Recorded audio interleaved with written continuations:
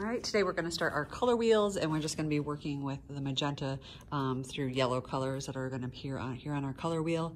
So any color between magenta and yellow is just made with magenta and yellow. We're gonna be using our fingers. So the first thing that you wanna do is just grab a little bit of magenta on that finger. This is gonna be your magenta finger. Swirl that around in there. It doesn't need to be filled totally. And you're gonna go ahead and pick a different finger. So I got my magenta finger. This will be my yellow finger. And that will go here. As you're working, you're also gonna have your 100 color challenge paper next to you. So anytime you make a color, you can add it onto there.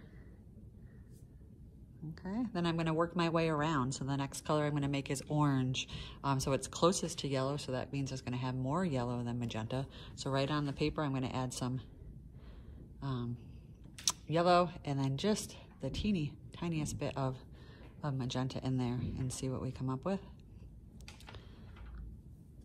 It's not quite orange enough yet. It's pretty close.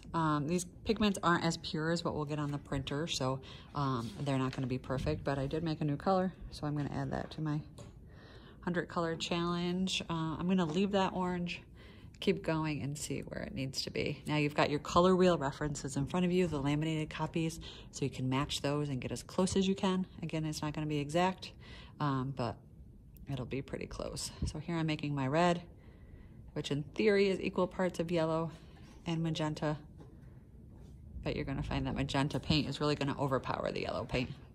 So I, luckily there with what I had on my finger, have a pretty decent red. I'm gonna go ahead and fill that in. Looks like ketchup. All right, and my last color is gonna be magenta red, which is gonna be mostly magenta, and just the tiniest bit of yellow in there.